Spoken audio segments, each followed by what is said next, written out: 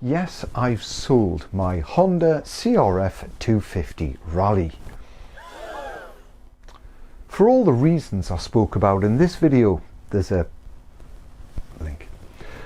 So, a bit of a new chapter. I'm after a twin-cylinder adventure motorcycle that can rack up big miles at speed in relative comfort. It also needs to tackle moderate to easy trail work. So yes, that old unicorn. Quite frankly, my head is battered. How can buying a second-hand motorcycle be this hard?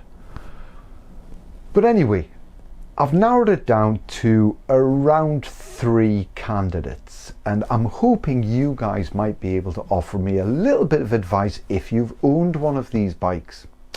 So, in no particular order, number 1, the Orange Pumpkin. KTM's 790 Adventure chucks out 95 horsepower. It's about 210 kilograms, WP suspension, 20 litre tank, and good ground clearance. It has an excellent centre of gravity thanks to those fuel pod things down low. It does tick a few boxes. Some used examples come with extra bling like a quick shifter or luggage or heated grips.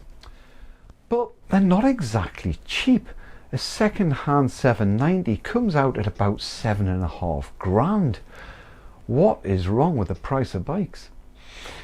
But I do like the look of the 790.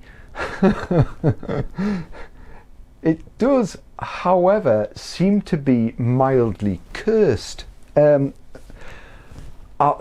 more I dig, the more I find bloody problems.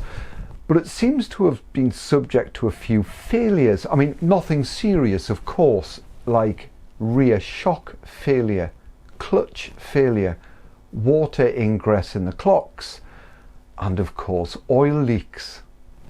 Bloody hell, you'd think this would be sorted if you bought an approved bike at a dealer, but it is a bit of a worry, and my nearest KTM dealer is about a 3-hour ride away. Unhelpful. Anyway, do you have one? What do you think? Drop me a comment below, I'd really appreciate it. Number 2, everybody's darling, Yamaha's T700. The bike seems to have attracted a cult following with that bomb-proof CP2 engine. Maintenance appears to be less demanding than the KTM, and she does look and sound fabulous. There's a huge dealer network. Third-party parts and accessories are readily available and sensibly priced. To be honest, I can't find any major failings with the T700. It does seem very reliable. But again, used prices aren't cheap at about £8,000. For me, that snappy fuel injection and bouncy suspension isn't great. And those clocks and switches do feel ridiculously cheap. And it kind of wants to fall over. It's weird. It just feels a bit too top heavy. But they're popular for a reason. What am I missing here? Do you have one? Let me know. Next up, a penny for your thoughts. The surprisingly tasty Italian. Despite how the front end looks, I was very impressed with the Aprilia Touareg 660. It has a much lower centre of gravity. The KYB suspension is top draw, it's excellent. And the fuel injection, it's not nippy or jerky at all, it's as smooth as warm Lurpak. If it's your thing, there's a whole boatload of technology built in there. Cruise control, riding modes, USB, all that kind of jazz. And it does bring out the 6-year-old in you, especially with that induction noise.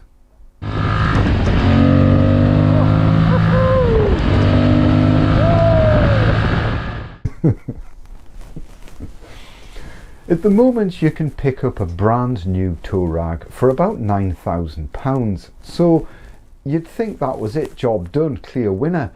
But it's not that simple. You see, the bash plate is made from chocolate, so that needs replacing straight away. There's no rear rack, there's no engine protection. So that 9 grand is all of a sudden turned into 10 and a half, and it's just getting a bit too much. Now, there's not that many long-term reliability reports available just yet. The bike is still quite new. And the ugly subject of part availability keeps popping up. Even under warranty, how long do we have to wait, Aprilia? A couple of weeks or a couple of months? Christ on a bike. I thought these days were over. Do you have a Touareg? I'm almost scared to ask. Let me know what you think. Now, lastly, bit of a wild card. I know what you're thinking. Why don't I just wait until Honda's new Transalp lands? Well, yes, that's a fair point. Although I'm not really loving it.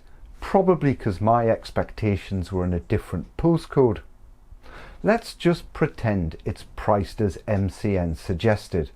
About £9,500. That's your stock bike with a rack, nothing else. So if you wanted a bash plate or handguards, you need to shell out for one of Honda's packs. The Rally Pack will probably be the most popular, but that's another 1,100 quid. If you can combine them and say add the Tour Pack, you're almost up to an eye-watering £12,000. No, I don't think so. But I think we all agree there's no such thing as the perfect bike. But if you guys have owned any of the bikes I've mentioned, or if you're looking forward to the new Transalp, let me know your thoughts. I would appreciate it. But yes, sadly, my soft roader has gone. It's time to move on. Ah, thanks for the memories.